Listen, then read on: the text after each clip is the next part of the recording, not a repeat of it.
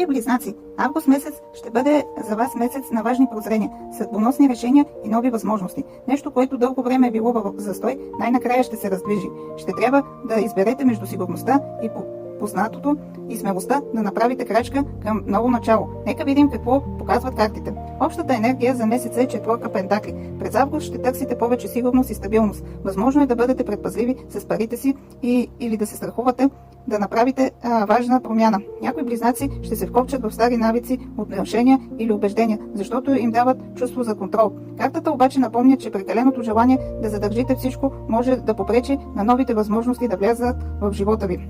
В любовен план се пада ваш меч, а любовният живот ще бъде изпълнен с разговори, въпроси и желание да разберете истината. Ако сте във връзка, внимавайте с прибързани думи, ревността или излишните подозрения. Честната комуникация ще бъде ключът към хармонията. Ако сте необвързани, е възможно ново запознанство чрез интернет, социалните мрежи или съобщение от човек, който от известно време проявява интерес към вас. Работа и финанси. Страшният съд. Това е картата на големите промени и вторите шансове. През август месец може да получите предложение за нова работа, повишение, или да приключите важен проект, или да се отвори врата, която доскоро е била затворена. Усилията ви започват да дават резултат. Ще получите заслужено признание. Не се страхувайте да приемете промяната. Тя ще бъде началото на по-добър етап. Ще преразгледате миналото и някои неща, които са започнати, ще бъдат решени този месец. При някои може до сега да е имало забавяне в търсенето на работа и сега да ви се обадят.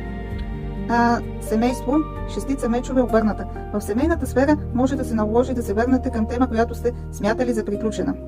А може и някои близнаци да се върнат към родните си места, към дома, в който са живяли и да имат пътуване до там. Стари конфликти може да изникнат, неизказани чувства или отлагани решения могат отново да излязат на преден план. При някои близнаци ще има усещане, че промяната се бави или че някой от близките трудно приема новите обстоятелства. Трудно се разрешават някакви проблеми, свързани с семейството, сякаш нещата вървят на заден ход или има някакъв застой. Картата съветва да не избягвате обаче разговорите, само чрез открито си желание за компромис ще успеете да оставите миналото си зад гърба. Посланието на картите. Август месец ще бъде месец, в който съдбата ще ви даде възможност да започнете нова глава, но първо ще трябва да се освободите от старите страхове, неразрешените въпроси. Не се вкопчвайте в това, което вече е изчерпало своето място в живота ви. В професионален план ви очакват силни възможности за развитие, а в личния живот ще е време за честни разговори и окончателно разрешаване на стари ситуации. Колкото по-смело приемате промените, толкова по-леко и успешно ще премине този месец.